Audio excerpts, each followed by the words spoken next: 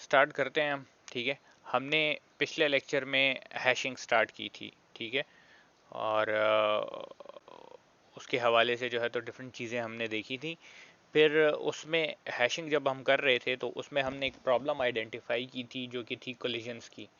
ठीक है, कि जब भी आप किसी फॉर एग्ज़ाम्पल किसी वैल्यू का हैश कैलकुलेट करते हैं, किसी भी डेटा का हैश कैलकुलेट करते हैं, तो उसमें आपके पास पॉसिबिलिटी ये होती है कि आपके पास दो स्पेसिफिक डेटा आइटम्स के या दो स्पेसिफिक वैल्यूज़ का हैश सेम आ सकता है।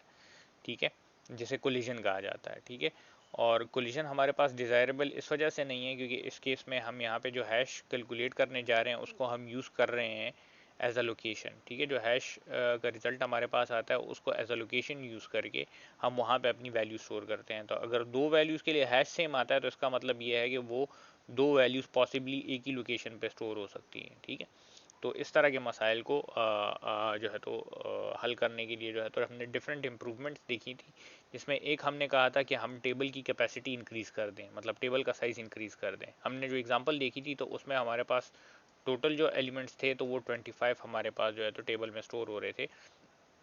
ठीक है, और हमने उसके लिए जो हैश टेबल लिया था, मतलब जो अरे हमने डिक्लेयर की थी, तो उसके लिए वो भी 25 साइज़ की थी। तो उसमें इशू क्या था कि जब आपके पास कोलिजन होती थी तो आप क्या करते थे कि लीनियर सर्च करके, लीनियर लीनियर प्रोबिंग करके आप नेक्स्ट खाली जगह ढूंढते थे और वहाँ पे वैल्यू को डाल देते थे। तो उसमें फिर हमने देखा था कि जब हम सर्चिंग करते हैं तो अगर आपके पास कोलिजन्स बहुत ज़्यादा हुई हैं इनिशियली इंसर्शन में तो सर्चिंग आपकी स्लो होती है। ठीक है, तो एक एक सोल्यूशन तो हमने उसका पढ़ा था कि हम टेबल की कैपेसिटी बढ़ा दें, टेबल का साइज़ बढ़ेगा तो ठीक है, उसमें मेमोरी तो थोड़ी बहुत वेस्ट होगी, मगर आपके पास जो है तो क्योंकि टेबल का साइज़ आप चेंज करेंगे तो आपके हैश फंक्शन में भी थोड़ा बहुत चेंज आएगा, तो उससे ये होगा कि कोलिजन के चांसेस आपके पास कम हो जाएंगे। ठीक है, दूसरा जो हमारे पास सोल्यूशन है वो ये है कि हम कोई डिफरेंट स्ट्रेटजी अप्लाई कर लें कोलिजन्स को रिजॉल्व करने के लिए। हमने जो लीनियर प्रोबिंग का पढ़ा था उसके अलावा कोई स्ट्रेटजी वो कर लें, तो वो अभी डिस्कस करेंगे। ठीक है, तो लीनियर प्रॉब का ड्रॉबैक हमने देख लिया था कि अगर आप कोलिजन बहुत ज़्यादा अगर होती हैं तो लीनियर प्रॉब से फिर प्रॉब्लम ये होती है आपके पास कि आपके पास सर्च स्लो हो जाती है। ठीक है, क्योंकि हर दफ़ा फिर किसी वैल्यू को सर्च करने के लिए जिसकी कोलिजन आई हो, उसके लिए फिर आपको लीनियर सर्च करने की ज़रूरत पड़ती है जहाँ से आपने स्टार्ट लिया होता है। ठीक है, तो एक सोल्यूशन इसका है कि आप प्री हैशिंग पूरी की पूरी जो हैशिंग का प्रोसेस है तो उसे दोबारा करें। ठीक है, सारा का सारा जो हैशिंग का प्रोसेस है उसे दोबारा रिपीट करें। ठीक है, अब ये होता किस तरह से है या कब आप जो है तो रीहैशिंग करेंगे। ठीक है, अगर आपके पास मतलब आपके पास एक थ्रेशोल्ड होगा, एक लिमिट होगी, अगर उससे आपके पास जो है तो टेबल ज़्यादा फुल हो जाता है। ठीक है, मतलब लेट से मैं कहता हूँ कि टेबल 70% से 70% तक फिल हो जाता है, तो उसके बाद अगर कोई इंसर्शन होती है तो मैं क्या करूँगा, मैं रीहैशिंग करूँगा। ठीक है, मैं रीहैशिंग करूँगा उस केस में। तो इसको आप देखते हैं कि किस तरह से ये परफॉर्म होती है। ठीक है, अच्छा, तो सबसे पहले तो अगर आपके पास टेबल बहुत ज़्यादा फिल हो जाता है तो आपके पास जो भी ऑपरेशंस फिर परफॉर्म होंगे, चाहे वो इंसर्शन के होते हैं या लेट से आप सर्चिंग करते हैं, तो वो टाइम ज़्यादा लेंगे। ठीक है, मतलब अगर इंसर्शन आप करते हैं तो लाजमी बात है जितना टेबल ज़्यादा फुल होगा उतने आपके पास जो है तो कोलिजन के चांसेस ज़्यादा होंगे। ठीक है, जितनी कोलिजन ज़्यादा बढ़ेंगी उतनी आपके पास जो है तो इंसर्शन का टाइम बढ़ेगा। इसी तरह जितना आपके पास टेबल फुल होगा उतना हो सकता है पॉसिबिलिटी होगी कि उसमें कोलिजन ज़्यादा आई होंगी, तो उतना आपके पास वहाँ पे सर्चिंग में भी टाइम ज़्यादा लगेगा। ठीक है, तो इसका एक अच्छा सोल्यूशन एक सोल्यूशन जो है तो ये हो सकता है कि आप ऐसे करें, एक और टेबल बना लें। ठीक है, that is about twice as big. ठीक है, जो कि ओरिजिनल टेबल जो आपने बनाया है उसके एटलीस्ट 2 टाइम्स जो है तो उसका साइज हो। ठीक है, अब लाजमी बात है टेबल नया बनेगा तो ओरिजिनली हम क्या कर रहे थे कि हम टेबल में लोकेशन मालूम करने के लिए किसी भी वैल्यू की हम क्या करते थे, जब हैश कैलकुलेट करते थे, मतलब हमारे पास जब 25 वैल्यूज़ थी। ठीक है, पिछली क्लास में जब हमने देखा था कि हमारे पास 25 वैल्यूज़ हमने स्टोर करनी है। ठीक है, और ये जो 25 वैल्यूज़ हैं तो इसकी रेंज हमारे पास है 0 से 999 तक, मतलब इस रेंज में हमारे पास 25 वैल्यूज़ होंगी। ठीक है, तो हमने क्या किया था कि इसके लिए 25 एलिमेंट्स की एक अरे हमने डिक्लेयर की थी। ठीक है, और उसको फिर रेंज में लाने के लिए, मतलब ये जो वैल्यूज़ हैं, ठीक है, इसको रेंज में लाने के लिए जो हैश फंक्शन हमने डिक्लेयर किया था, ठीक है, वो क्या था, वो ये था कि आपके पास जो वैल्यू आएगी, ठीक है, उसका हम मॉड ले लेंगे 25 के साथ, ठीक है, तो वो वैल्यू किस रेंज में आ जाएगी, आपके पास इससे जो है तो वैल्यू 0 से 24 की रेंज में आ जाएगी, जो कि असल में अरे के इंडेक्सेस हैं, ठीक है।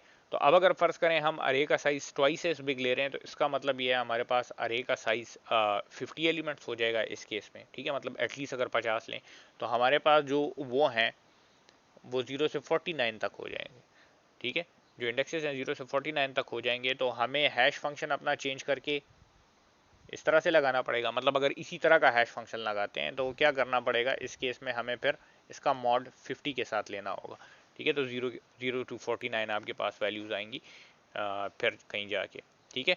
तो टेबल चेंज करेंगे तो आपके पास हैश फंक्शन भी चेंज हो जाएगा। And scan down the entire original hash table, ठीक है। अब आपके पास एक टेबल तो ऑलरेडी है ना, एक टेबल ऑलरेडी मौजूद है जिसमें कुछ वैल्यूज़ हैं, ठीक है। तो आप क्या करेंगे, जो इनिशियल टेबल है उसमें जो नॉन एम्प्टी एलिमेंट्स हैं, मतलब जहाँ जहाँ पे आपके पास वैल्यूज़ हैं, ठीक है, उन वैल्यूज़ को दोबारा इस नए हैश फंक्शन से गुजार के नए टेबल में डाल दें, ठीक है, इस नए नए हैश फंक्शन से गुजार के नए टेबल में डाल दें, क्योंकि नए टेबल में वैल्यूज़ डालने से पहले आपको उसकी लोकेशन मालूम करनी इस हैश फंक्शन से होगी, ठीक है, तो इससे मालूम करेंगे और नए टेबल में डाल देंगे। अब इस टेबल की कैपेसिटी ज़्यादा है, तो यहाँ पे आपके पास जो है तो हैश फंक्शन भी चेंज हो गया है, तो इस वजह से आपके पास चांसेस कम हो गए हैं कोलिजन के, ठीक है। तो ये एक एग्जांपल लेट से हम ले लेते हैं कि इसमें हमारे पास एक हैश टेबल है, जैसे नीचे आपको नज़र आ रहा है, ठीक है, टोटल साइज उसका 7 है, ठीक है, हैश टेबल का साइज 7 है और उसमें जो वैल्यूज़ हैं 6, 15, 24 और 13 अपनी ओरिजिनल लोकेशन पे सारी की सारी बगैर कोलिजन की पड़ी हुई है। मतलब 6 का आप हैश निकाल लें, ठीक है, तो 6 का आप हैश निकाल लेंगे तो वो 0 तो नहीं आएगा, ये गलत लिखा हुआ है, ठीक है, 6 और इसका इसका ये 1 आएगा, 6 का 1 आएगा, ठीक है, और 15 का भी 1 आएगा, ठीक है। तो इसको लेट से हम कंसिडर कर लेते हैं ये पहली वैल्यू 7 है, ये थोड़ी सी गलती है इसमें, क्योंकि इसकी ओरिजिनल लोकेशन जो है तो आपके पास इधर वो आएगी।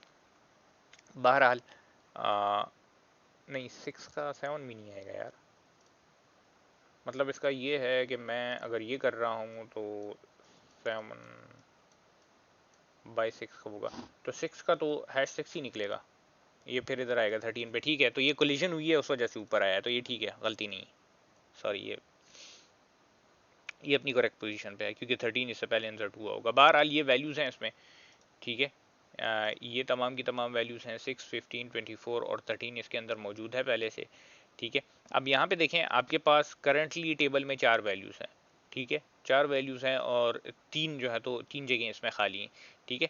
तो लेट से इसके बाद जो है तो एक और वैल्यू आके इसमें इंसर्ट होती है, मतलब फॉर एग्जांपल 23, ठीक है, ये 23 जब इसमें इंसर्ट होगी तो ये यहाँ पे आ गई, ठीक है, क्योंकि आपके पास 23 मॉड 7 से 2 आता है, ठीक है, तो ये इस वजह से इधर आ गई है आपके पास ये वैल्यू। अब आप देखें तो आपके पास टेबल ऑलमोस्ट 70% फुल है, ठीक है। तो हमने कहा था कि एक थ्रेशोल्ड होगी जिसके जिसके बेस पे हम देखेंगे कि टेबल, जो शुरू में बात की थी कि टेबल इज़ टू फुल, तो टू फुल का मतलब ये है कि कोई क्राइटेरिया जो है तो आपने डिफाइन किया होगा, ठीक है, जिसके मुताबिक आप कहेंगे कि हाँ ये इस केस में मैं कहूँगा कि ये बहुत ज़्यादा फिल हो गया। तो लेट से इधर 70% का थ्रेशोल्ड है, तो 70% या उससे अबव जैसे ही हो जाता है तो हम क्या करेंगे कि हम कहते हैं कि ये टेबल अब ज़्यादा फिल हो गया, हमने क्या करना है कि इसी टेबल के एटलीस्ट ट्वाइस जो है तो हमने साइज़ का एक और टेबल बनाना है, ठीक है। Since this table is mostly full, a new table is created, ठीक है, ऑन क्राइटेरिया इन माइंड। तो मतलब नए टेबल को क्रिएट करने का क्राइटेरिया आपके अपने जहन में वो हो सकता है, मगर एटलीस्ट जो है तो वो 2 टाइम्स जो है तो इसका वो हो। तो यहाँ पे साइज़ आपके पास कितना है, इधर टोटल साइज़ 7 है,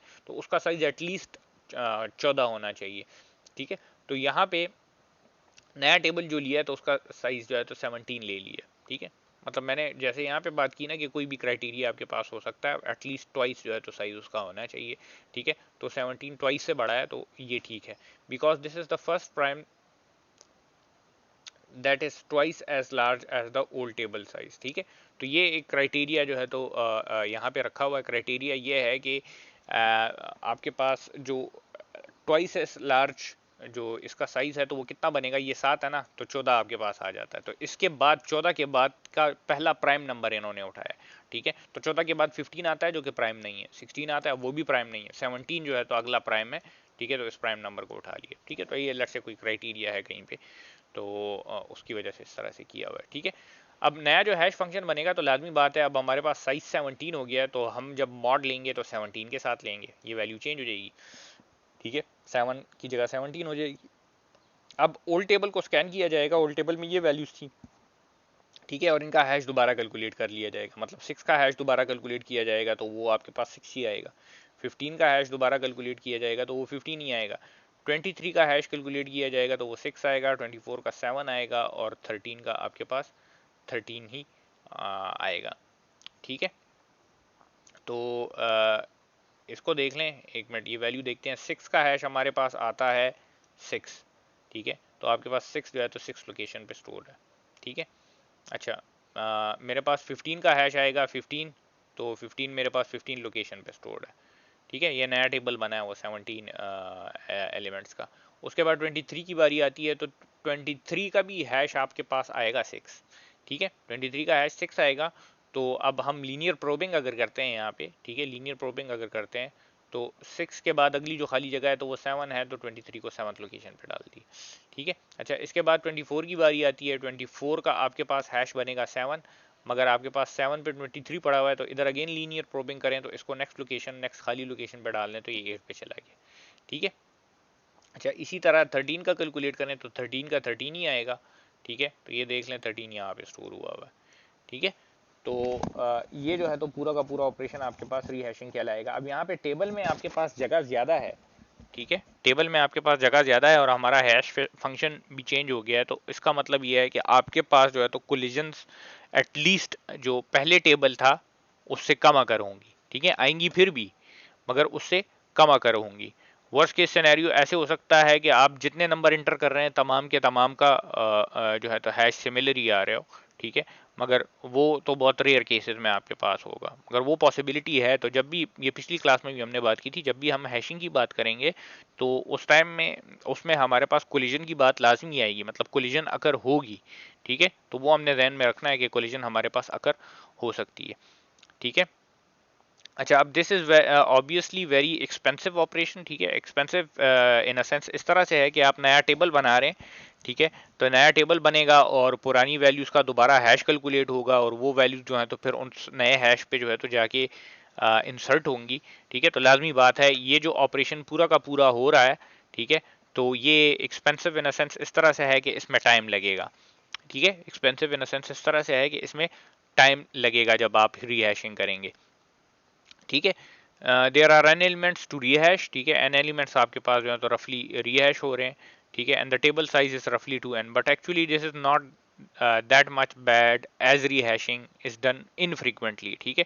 मगर ये इतनी बुरी बात नहीं है क्योंकि रीहैशिंग आपके पास बहुत ज़्यादा फ्रीक्वेंटली, मतलब बहुत ज़्यादा रेगुलरली नहीं परफॉर्म होती, ठीक है।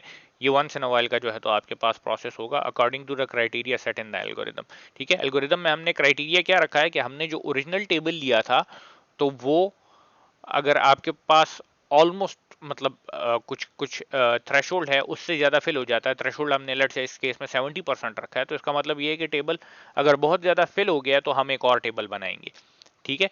तो ये आपके पास अगर होगा भी तो बहुत मतलब जब आपका टेबल कंप्लीटली फिल होने लगेगा तो तब जो है तो एक दफ़ा आपके पास रीहैशिंग पूरी की पूरी परफॉर्म होगी। In particular there must have been n/2 insert prior to the last rehash, ठीक है। तो ये है कि एटलीस्ट जो है तो आप जो है तो मतलब जो टेबल का आपका साइज है, नंबर ऑफ एलिमेंट्स जो हैं, ठीक है, तो हाफ उस साइज के इंसर्ट्स पहले से हो चुके होंगे, ठीक है। जैसे अब इस केस में देखें, हमारे पास यहाँ पे टेबल का साइज कितना था, टेबल का साइज हमारे पास 7 था, ठीक है। और हमारे पास जब 5 इंसर्शंस हुई, ठीक है, तो उसके बाद हमने रीहैशिंग की, ठीक है। तो एटलीस्ट जो है तो आपके पास n/2 मतलब 7/2 इंसर्शंस जो है तो हो गई थी, उससे ज़्यादा हुई थी हमारे केस में, ठीक है। मगर एटलीस्ट n/2 जो है तो इंसर्शंस जो कि आपके पास 3.5 बनती है, ठीक है, तो वो आपके पास हो चुकी होंगी, तो उसके बाद कहीं पे वो होगा, तो मतलब एटलीस्ट आपके पास टेबल आधे से ज़्यादा फिल हुआ होगा, तो तब आप रीहैश करेंगे। ठीक है, तो बहुत ज़्यादा जो है तो फ्रीक्वेंटली ये नहीं होगा,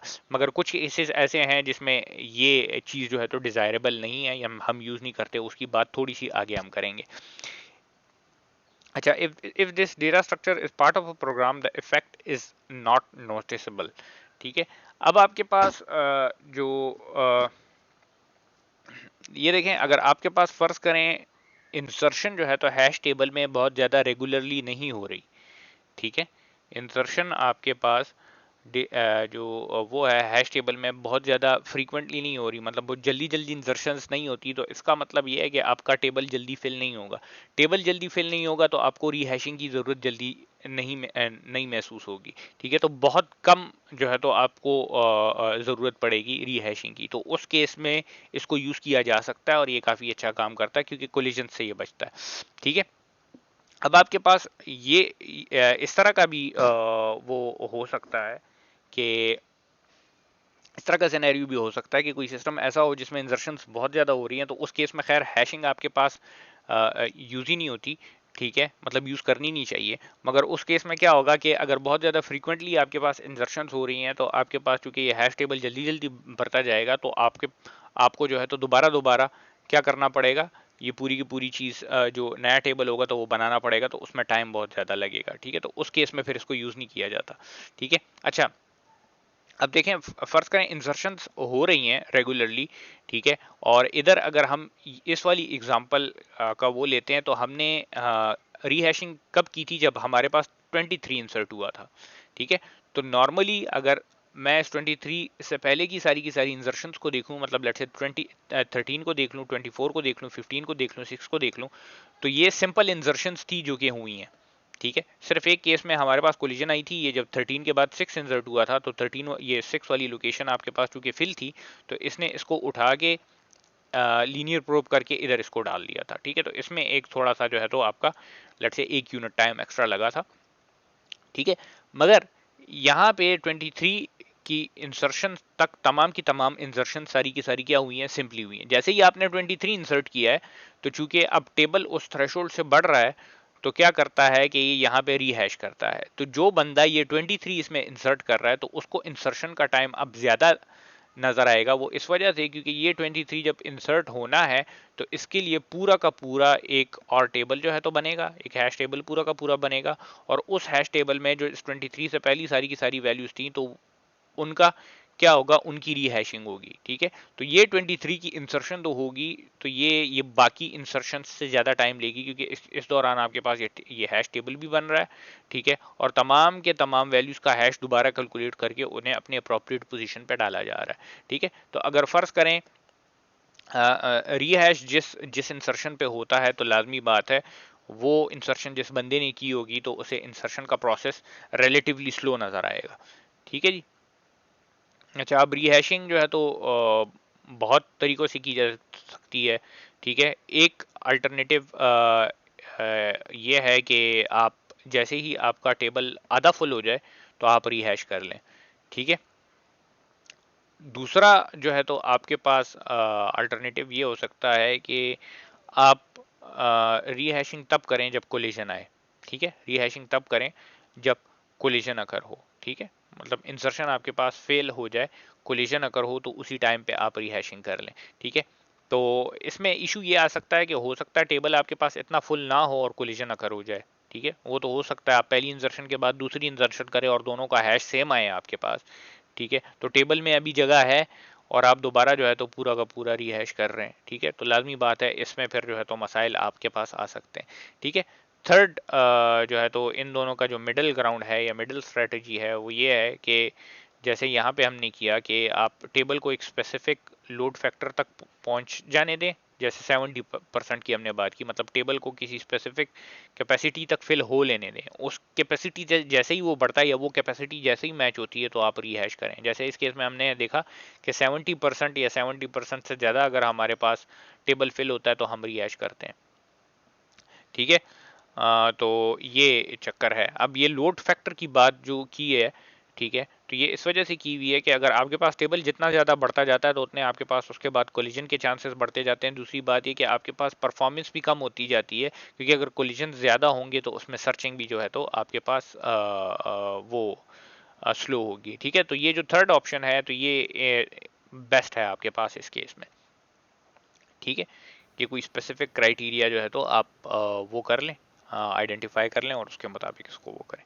ठीक है, एक और टेक्निक है जिसे ओपन हैशिंग कहा जाता है या सेपरेट चेनिंग कहा जाता है। ठीक है, तो इसको भी डिस्कस कर लेते हैं कि ये किस तरह से होती है। ये भी बेसिकली जो है तो आपके पास कोलिजन से बचने के लिए यूज होती है। ठीक है, अच्छा, अनदर सर अप्रोच। ये जी सर जो रिहैश है तो इसको डबल करना है, जो फर्स्ट जो टेबल था उसका डबल करना है सिर्फ। हाँ, वो देखें, ये जो यहाँ पे हमने वो ली है ना, स्ट्रेटेजी ली है। आप अगर पिछले लेक्चर को देखें तो उसमें हमने बात की थी कि हम टेबल का साइज इंक्रीज कर दें। पहली बात हमने ये की थी ना कि जी टेबल का सर। साइज इंक्रीज करके हम जो है तो कोलिजन से बच सकते हैं। तो हम असल में उसी क्राइटेरिया को यूज कर रहे हैं। वहां पे यही लिखा हुआ था कि आप टेबल का साइज इंक्रीज करें डबल या 1.5 टाइम्स। ठीक है, अच्छा। यहाँ पे जब हम बात कर रहे थे तो इधर हमने कहा था कि एटलीस्ट ट्वाइस होना चाहिए उसका साइज। तो अगर मतलब फर्ज करें आपके पास हैश टेबल का इनिशियल साइज 20 है, तो आप जब दूसरा टेबल बनाएंगे तो वो कम से कम 40 का होना चाहिए। ठीक है ठीक है, अब सर। यहाँ पे ये जो 17 लिया है ना, 17 जो हाँ लिया है, ठीक है, तो आप यहाँ पे देखें ओरिजिनल हमारे पास 7 था। ठीक है, तो यस सर। इसका ट्वाइस अगर आप लेंगे तो वो 14 बनता है। जी सर। ठीक है, मगर ये है कि इन्होंने यहाँ पे देखें कि आप अपने क्राइटेरिया के मुताबिक डिसाइड करते हैं कि टेबल का साइज कितना होना चाहिए। तो इन्होंने क्राइटेरिया ये लिया हुआ है कि जो डबल साइज बनता है जो कि 14 बनता है ना, ठीक है, यस तो सर। 14 के बाद जो नेक्स्ट प्राइम नंबर आता है वो हमारे टेबल का साइज होगा। तो 14 के बाद अगला प्राइम नंबर 17 आता है। ठीक है सर। ठीक है, तो इस वजह से 17 लिया हुआ है। ठीक है, सर जब हम एक वैल्यू की सर टेबल से वैल्यू एक्सेस करते हैं तो हैश के थ्रू एक्सेस करनी है ना। हाँ, हैश के थ्रू करेंगे, यही तो हैश फंक्शन दोबारा अप्लाई करेंगे उस पर। तो तो सर अगर एक कोलिजन आता है तो उसमें अगर हम फॉर एग्जांपल हमारे पास हैश है 6, तो 6 में अगर कोलिजन आ रहा है तो यानी 23 भी आ रहा है इधर, हाँ हाँ। और अगर मैं 6 को दे दूँ तो 6 हैश दे दो तो मुझे वैल्यू 6 देगा। तो अगर मैं एक्सेस करना चाहता हूँ 23, तो हम्म। ये तो मैं एक्सेस कभी नहीं कर सकता हूँ हैश के थ्रू। हाँ, वो आपकी बात सही है। अब देखें, मैं आपको बताता हूँ ना, लेट से ये टेबल जो सामने है इसको देख लेते हैं। ये सर। ठीक है, इसमें देखें आपके पास जो ये 23 है तो इसकी पोजीशन 6 आती है, मगर ये चूंकि 6 के बाद हमने ये वो किया हुआ है। ठीक है, 6 पहले इंसर्ट हुआ था, तो जब आप 23 का हैश कैलकुलेट करेंगे तो वो 6 आएगा। ठीक है, तो इधर हमने बात की कि 6 पे तो ये इंसर्ट नहीं होता, तो हम लीनियर प्रोबिंग करके अगली जो खाली जगह इसे मिलती है उधर डाल देते हैं। तो अगली खाली जगह आपके पास कहाँ पे आई है, 7 पे आ गई है, तो इसे हमने यहाँ पे डाल दिया। ठीक है, अब इसका अगर मैं हैश कैलकुलेट करूंगा, मतलब लेट से अब मैं 23 को सर्च करना चाह रहा हूं, मेरे पास फंक्शन है सर्च का जो कि 23 को सर्च करता है, और वो फंक्शन जो है तो मतलब फंक्शन को मैं वैल्यू भेजता हूं, वो उसको सर्च करता है, अगर मिलता है तो वो ट्रू रिटर्न करता है, अदरवाइज फॉल्स रिटर्न करता है। ठीक है, तो मैं इसे कहता हूं कि तुम सर्च करो 23। ठीक है, तो ये क्या करेगा, 23 का सबसे पहले हैश कैलकुलेट करेगा। ठीक है, 23 का हैश कैसे कैलकुलेट करेगा, ये 17 के साथ इसका वो ले लेगा। ठीक है, इससे आपके पास आ जाएगा 6। सही है ना ये? ठीक है, ठीक है सिक्स सर। ठीक। 6 आएगा आपके पास। अब 6 पे जाके ये देख लेगा, ये इसका स्टार्टिंग पोजीशन होगी एक किस्म का।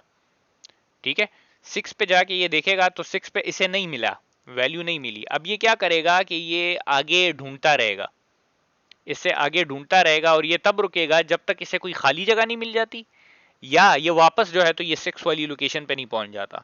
ठीक है, मतलब लीनियर सर्च जिस तरह से होती है ना, आप एक एक एलिमेंट को देखते रहते हो, तो उस तरह से करेगा। अब देखें 6 पे इसे नहीं मिला तो ये अगले को देखेगा, तो 23 अगले पे मिल गया इसे, तो इसका मतलब ये है ये ट्रू रिटर्न कर देगा कि 23 मेरे पास मौजूद है। ठीक है सर। ठीक। ठीक है, तो ये मिल ठीक है जाएगा सर। इसे। तो अगर फर्ज करें ये पूरी लोकेशन देख लेता है और ये खाली जगह पे पहुंच जाता है और यहाँ तक इसे ये वैल्यू नहीं मिली, तो ये यहीं पे रुक जाएगा और इसे कहेगा कि वैल्यू मौजूद नहीं है। ठीक है, ये पिछली क्लास में भी बताया था मैंने आपको। अच्छा, ओके ठीक।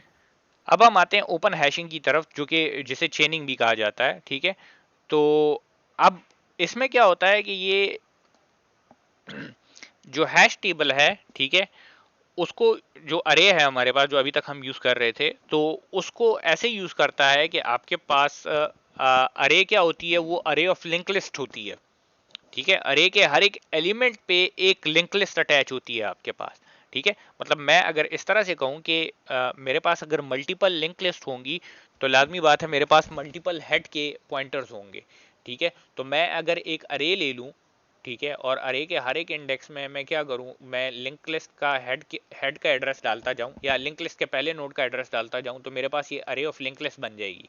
ठीक है, अरे का पहला एलिमेंट क्या करेगा, वो लिंक लिस्ट के पहले उसको पॉइंट करता जाएगा। ठीक है, तो बेसिकली इस तरह की चीज बनेगी। ये मेरे पास एक अरे हो गई। ठीक है, लेट्स से ये 0 1 2 और 3। ठीक है, और ये पॉइंटर्स हैं। ठीक है, इसका हर एक इंडेक्स जो है तो एक लिंक लिस्ट को पॉइंट कर रहा है।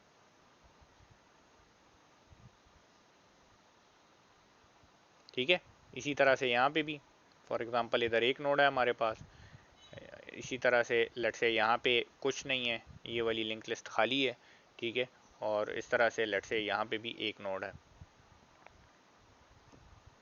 ठीक है, तो ये अरे ऑफ लिंक लिस्ट हमारे पास हो गई। अरे का हर एक नोड क्या होगा, वो एक पॉइंटर होगा नोड की टाइप का। ठीक है, तो इसका मतलब ये है कि वो आपके पास लिंक लिस्ट के पहले नोड को पॉइंट करता जाएगा। ठीक है, तो यहाँ पे क्या होता है कि अब इसको यूज़ कैसे करेंगे उसकी बात हम करते हैं। कोलिजन को ये रिजॉल्व किस तरह से करती है, किस तरह से इसको वो किया जाता है। To illustrate suppose we wish to store a collection of names. For example हम क्या करना चाहते हैं कि हमारे पास नेम्स हैं, डिफरेंट लोगों के एक कलेक्शन है नामों की, और वो हम स्टोर करना चाहते हैं। ठीक है, तो अब हम एक हैश फंक्शन बनाने जा रहे हैं जो कि क्या करेगा कि बेसिकली नाम के पहले अल्फ़ाबेट पे डिसाइड करेगा कि वैल्यू ने कहाँ स्टोर होना है। ठीक है, नाम के पहले अल्फ़ाबेट पे डिसाइड करेगा कि वैल्यू ने कहाँ पे स्टोर होना है। तो अब यहाँ पे इस बात को ज़रा गौर से समझें कि आपके पास मतलब फॉर एग्जांपल मैं अपना नाम लिख देता हूँ इधर। ठीक है, नाम का पहला लेटर जो है तो कैपिटल होता है। ठीक है, हम कैपिटल एंटर करते हैं। ठीक है, तो कंसिडर करेंगे कि नाम का पहला लेटर कैपिटल आ रहा है। ठीक है, तो आपको ये भी पता है कि हर एक अल्फ़ाबेट की आस्की वैल्यू होती है। ठीक है, उसके अगेंस्ट जो है तो मैं प्लस माइनस कर सकता हूँ। तो फंक्शन जो हम लिख रहे हैं वो किस तरह से होगा कि आपका जो नेम है, ठीक है, नेम जो आप एंटर कर रहे हैं उसका बिल्कुल पहला कैरेक्टर, ठीक है, ये देख लें नेम 0। ठीक है, नेम का बिल्कुल पहला कैरेक्टर माइनस कैपिटल ए। ठीक है, माइनस कैपिटल ए। ठीक है, तो इससे कोई वैल्यू आपके पास आ जाएगी। ठीक है, इससे कोई वैल्यू आपके पास आ जाएगी। ठीक है, तो ये जो वैल्यू होगी तो ये आपके पास हैश होगा बेसिकली। ठीक है, तो फॉर एग्जांपल अगर किसी बंदे के नाम का पहला कैरेक्टर ए से स्टार्ट होता है, मतलब फॉर एग्जांपल कोई बंदा अली है, ठीक है, तो उसके लिए जो हैश जनरेट होगा तो वो क्या होगा, वो 0 होगा। ठीक है, फॉर एग्जाम्पल किसी का नाम बिलाल है तो उसके लिए जो है, क्योंकि उसके नाम का पहला लेटर बी है, ठीक है, तो उसके लिए जो हैश जनरेट होगा तो वो 1 होगा। ठीक है, क्योंकि बी की आज की वैल्यू ए से एक बड़ी है ना, तो जब आप माइनस करेंगे तो वो क्या करेगा, वो 1 देगा आपको। ठीक है, इसी तरह से आप जाते जाएं। ठीक है, तो ये वैल्यूज आपको मिलती जाएंगी। ठीक है, और z जो है तो z आपको क्या करेगा, क्योंकि लेटर्स आपके पास टोटल 26 हैं, तो z आपको जो है तो इधर जो वैल्यू देगा तो वो 25 देगा जब आप a से उसको माइनस करेंगे। ठीक है, तो इसको जो है तो आप ट्राई करके खुद से देख सकते हैं। ठीक है, a से माइनस कर रहे हैं तो वो चूंकि a की आस्की वैल्यू से ये वाली वैल्यू माइनस होगी। ठीक है, तो बेसिकली आपको जो वैल्यूज मिलेंगी तो वो 26 टोटल अल्फ़ाबेट्स हैं। ठीक है, तो 0 से 25 तक आपको वैल्यूज मिलती रहेंगी। ठीक है, तो हम क्या करेंगे कि हम अपने पास एक अरे बना लेंगे 26 की। ठीक है, तो ये एक अरे फॉर एग्जांपल मेरे पास बन गई। ठीक है, 0 1 2 अप टू 25। ठीक है, ये अरे मेरे पास बन गई। करंटली तमाम के तमाम उसमें नल पड़ा हुआ है। ठीक है, और ये अरे ऑफ वो हैं, क्या कहते हैं, अरे ऑफ पॉइंटर्स हैं मेरे पास, ये लिंक लिस्ट के नोड को पॉइंट करेंगे। ठीक है जी, तो अब ज़रा देखते हैं कि इसको यूज़ किस तरह से किया जाएगा। तो ये ज़रा देख लें। अब फॉर एग्जांपल किसी बंदे का नाम आता है ये एडम्स जॉन। ठीक है, एडम्स जॉन, तो देख लें हमारे पास यहाँ पे क्या लिखा हुआ है, इसके नाम का पहला लेटर ए है ना। ठीक है, तो हमने जो हैश फंक्शन बनाया था तो वो बेसिकली नेम का पहला लेटर ए से माइनस होगा तो इसके लिए जो हैश जनरेट होगा तो वो क्या होगा, वो जीरो होगा। ठीक है, तो इसी वजह से इसको टेबल के जीरो लोकेशन में, ठीक है, आपका जो हैश टेबल है उसका जो जीरो इंडेक्स है वहां पे जो आपके पास लिंक लिस्ट बनी है वहां पे ऐड कर दिया जाएगा, उसके साथ अपेंड कर दिया जाएगा, मतलब उस लिंक लिस्ट के एंड पे जाके हम अपेंड कर देंगे। अब चूंकि ये लिंक लिस्ट खाली है तो इस वजह से आपको पहला नाम यहाँ पे जो इंटर हुआ है वो एडम जॉन नजर आ रहा होगा। ठीक है, और इसका अगला जो नेक्स्ट है वो नल है। ठीक है, बाकी सारी भी नल हैं। इसके बाद लेट से कोई बंदा आया या बंदी आई डो मेरी के नाम से, ठीक है, तो इसका नाम डी से स्टार्ट हो रहा है। ठीक है, तो आप देख लें डी की वैल्यू आपके पास जो डी का और ए का डिफरेंस होगा तो वो 3 आएगा आपके पास। ठीक है, क्योंकि आपके पास ए से 3 लोकेशन बाद जो है तो डी आता है, ए बी सी और फिर डी, तो उसका डिफरेंस आपके पास जो है तो 3 का आएगा, तो इसको इधर इंसर्ट कर दिए। ठीक है, तो अब देखें यहाँ पे जैसे ये डो मेरी ऑलरेडी इंसर्ट हुई थी इधर यहाँ पे। ठीक है, फॉर एग्जांपल कोई और बंदा आता है डेविस जो के नाम से। ठीक है, तो डेविस जो के लिए जब आप हैश कैलकुलेट करेंगे तो आप चूंकि देखें डेविस डेविस जो का जब हैश कैलकुलेट होगा तो वो भी 3 आएगा क्योंकि यही डी के थ्रू हो रहा है। ठीक है, तो आप क्या करेंगे कि आप अब चूंकि इसका भी 3 है और इसका भी 3 है, ठीक है, तो इसी ये जो 3 वाली लिंक लिस्ट है तो इसमें आप क्या करेंगे कि इसके एंड पे इसके शुरू में जो है तो आप क्या करेंगे डोजो को लगा देंगे। आप शुरू में भी लगा सकते हैं, एंड पे भी लगा सकते हैं, ये आपकी मर्जी है। ठीक है, दरमियान में लगाने की जरूरत नहीं है, आप बिल्कुल हेड पे भी अटैच कर सकते हैं और आप एंड पे भी इसके अपेंड कर सकते हैं। अब यहाँ पे जो कर रहा है तो ये असल में शुरू में अब लगा रहा है इसके। ठीक है, तो जिस तरह से आसान हो एंड पे भी लगा सकते हैं, शुरू में भी लगा सकते हैं, कोई फर्क इतना नहीं पड़ता। ठीक है, तो अब यहाँ पे देखें इधर कोलिजन अकर हुई है इन दोनों वैल्यूज के दरमियान। ठीक है, मगर फिर भी ये एक ही लोकेशन पे पड़े हुए। ठीक है, अब फॉर एग्जांपल कोई बंदा आता है वो इन दोनों में से किसी भी नाम को सर्च करता है। ठीक है, इन दोनों में से किसी भी नाम को सर्च करता है, फॉर एग्जांपल इसको सर्च कर रहा है। ठीक है, तो यहाँ पे है जब कैलकुलेट होगा तो डी उठेगा। ठीक है, डी की आज की वैल्यू उठा के ए की आज की वैल्यू से जो है तो माइनस होगी, उससे आपके पास जो है तो 3 आएगा, तो 3 से वो टेबल की इस लोकेशन पे पहुंच जाएगा यहाँ पे। ठीक है, यहाँ पे पहुंचा, अब उसके बाद इसे लिंक लिस्ट मिल गई, लिंक लिस्ट में से सर्च करेगा, इस लिंक लिस्ट में मिल गया तो ठीक है, कहेगा कि इस हैश टेबल में मौजूद है, अगर नहीं मिला तो कहेगा कि नहीं है मौजूद। ठीक है, अब हमने एक बात पहले की थी कि आपके पास लिंक लिस्ट में सर्चिंग स्लो होती है, वो मैं मानता हूँ, मगर यहाँ पे चूंकि कोलिजन का बहुत बड़ा प्रॉब्लम है तो एटलीस्ट जहाँ जहाँ पे कोलिजन है तो वहाँ पे आपका जो लिंक लिस्ट में सर्च हो रही है तो वो तो ठीक है, वो थोड़ा सा टाइम आपके पास लेगी, मगर उस करेक्ट पोजीशन पे पहुंचने के लिए आपको टाइम इतना नहीं लगेगा। अब फॉर एग्जांपल कहीं पे लेट से एक वैल्यू होती है तो वहाँ पे आप डायरेक्ट पहुंच जाएंगे। ठीक है, तो ये जो है तो एक तरीका वो है। अब इस हैश टेबल को सर्च करना बहुत बहुत आसान है। ठीक है, कोई भी वैल्यू आएगी उसका हैश कैलकुलेट करें तो आपको हैश टेबल में वो इंडेक्स मिल जाएगा जहाँ पे वो वैल्यू होनी है। ठीक है, उस इंडेक्स पे फिर जो आपके पास लिंक लिस्ट होगी तो आपने सिर्फ वो वैल्यू वहाँ पे सर्च करनी होगी। ठीक है, ये जो मैंने बात बताई तो इसकी समझ आई आप लोगों को, इसमें कोई कंफ्यूजन तो नहीं है?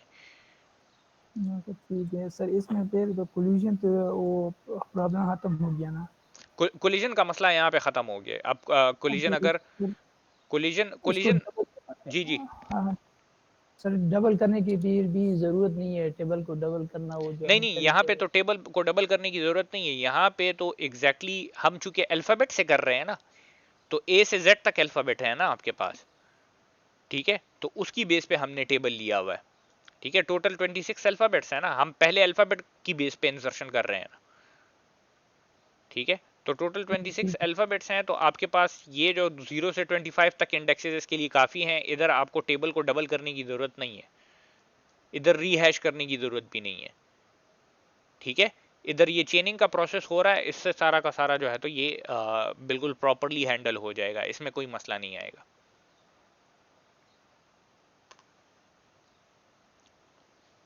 अच्छा, अब इस हैश टेबल को सर्च करना बहुत आसान है, हैश फंक्शन अप्लाई करें। ठीक है, उस हैश फंक्शन से जो वैल्यू आती है तो आप उस वैल्यू के थ्रू उस लिंक लिस्ट जहाँ पे वो मौजूद होगा उधर तक पहुंच जाएंगे। उसके बाद सिंपली उस लिंक लिस्ट में सर्च करें। लिंक लिस्ट में सर्च तो ऑलरेडी आप कर सकते हैं कि किस तरह, मतलब आपने देखी हुई है कि किस तरह से होती है। लिंक लिस्ट में वो वैल्यू मिली तो आप कह सकते हैं कि वैल्यू है, मौजूद है। हैश टेबल में अगर नहीं मिली तो आप कह सकते हैं कि वो मौजूद नहीं है। ठीक है, तो सर्चिंग का टाइम इससे कंसिडरेबली जो है तो रिड्यूस हो जाता है और कोलिजन भी जो है तो आपके पास कम हो जाती है। ठीक है, अब आपके पास एप्लीकेशन ऑफ हैशिंग मतलब ये यूज कहाँ कहाँ पे होता है। ठीक है, आपके पास कंपाइलर्स में, ठीक है, जो डिफरेंट लैंग्वेजेस के कंपाइलर्स होते हैं, ठीक है, तो उसमें हैश टेबल्स यूज़ किए जाते हैं, जो आपने वेरिएबल्स डिक्लेयर किए होते हैं उसका ट्रैक रखने के लिए। ठीक है, जैसे सिंबल टेबल एक्चुअली कहा जाता है। ठीक है, अच्छा, यूजुअली जो आपके पास डिफरेंट उसमें आपने देखा होगा different ID different word processing के सॉफ्टवेयर में, उसमें कि आपके पास ऑनलाइन स्पेल चेकर्स होते हैं, आप स्पेलिंग गलत लिखते हैं वो अंडरलाइन कर देता है। ठीक है, सिर्फ मिस स्पेलिंग डिटेक्शन के लिए है। ठीक है, करेक्शन के लिए नहीं, तो वो अंडरलाइन कर देता है कि ये स्पेलिंग गलत है। ठीक है, तो वो डिटेक्शन जो है तो ये हैश टेबल्स के थ्रू आप कर सकते हैं। मतलब आपके पास एक डिक्शनरी होती है पहले से जिसमें वर्ड्स होते हैं, करेक्ट वर्ड्स होते हैं। ठीक है, तो कोई भी वर्ड अगर वो एंटर करता है तो उसका हैश कैलकुलेट करके उसे डिक्शनरी में चेक किया जाता है, तो अगर मौजूद नहीं होता तो उसको अंडरलाइन कर देता है, अगर मौजूद होता है तो वो अंडरलाइन नहीं करता। तो बेसिकली ये स्ट्रेटेजी अप्लाई की जाती है। ठीक है, तो चूंकि वहाँ पे बहुत क्विकली आपको चाहिए होता है, वो जैसे जैसे आप टाइप करते जाते हैं तो वो नीचे अंडरलाइन कर रहा होता है। ठीक है, तो वहाँ पे आपको ये प्रोसेस बहुत क्विकली चाहिए होता है, तो इसीलिए जो है तो हैश टेबल। अब देखें, ये जो एक मैंने यूज़ आपको बताया ना उसका, कि स्पेलिंग चेकिंग का, ठीक है, तो आपके पास डिक्शनरी पहले से मौजूद होती है। ठीक है, डिक्शनरी पूरी की पूरी पहले से मौजूद होती है। ठीक है, उसमें फ्रीक्वेंट इंसर्शन नहीं होती। बहुत रेयर केसेस में ऐसे होता है कि आप फर्ज करें अपना नाम टाइप करते हैं फॉर एग्जांपल माइक्रोसॉफ्ट वर्ड में, और आप उस पर राइट क्लिक करके वो जब उसे अंडरलाइन करता है कि ये गलत है तो आप राइट क्लिक करके ऐड टू डिक्शनरी कर देते हैं, तो वो उसको डिक्शनरी में ऐड कर देता है। तो वो तो बहुत फ्रीक्वेंटली आप नहीं करते, कभी कभी करते हैं। कभी कोई ऐसा वर्ड आ जाता है कि उसको आप चाहते हैं कि मैं ये इसकी डिक्शनरी में नहीं है तो मैं इंसर्ट कर दूं, तो आप इंसर्ट करते हैं, तो उसमें पहले से एक डिक्शनरी मौजूद होती है। ठीक है, तो वो हैश टेबल बहुत फ्रीक्वेंटली ग्रो नहीं करता, तो इस केस में ये एक बहुत अच्छा यूज है इसका। इंसर्शन आपके पास जो है तो बहुत ज़्यादा कम होती हैं इसमें। ठीक है, तो ये एक बहुत अच्छा यूज़ है इसका, ये स्पेलिंग चेकिंग का। ठीक है, क्योंकि उधर आपको बहुत ज़्यादा फास्ट सर्चिंग भी चाहिए होती है। ठीक है, और उसमें इंसर्शंस भी जो है तो फ्रीक्वेंट नहीं होती।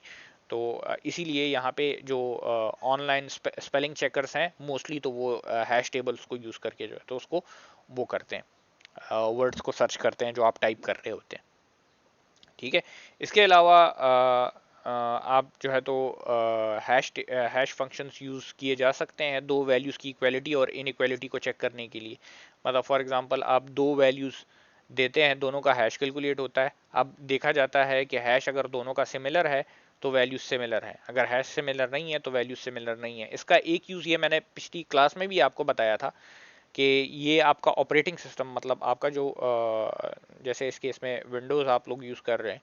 ठीक है, तो वो करता क्या है कि आप जब पासवर्ड सेट करते हैं अपने यूज़र के लिए, तो बजाय इसके कि वो उस पासवर्ड को स्टोर करे, वो क्या करता है कि उस पासवर्ड का हैश कैलकुलेट करके उस हैश को स्टोर करता है।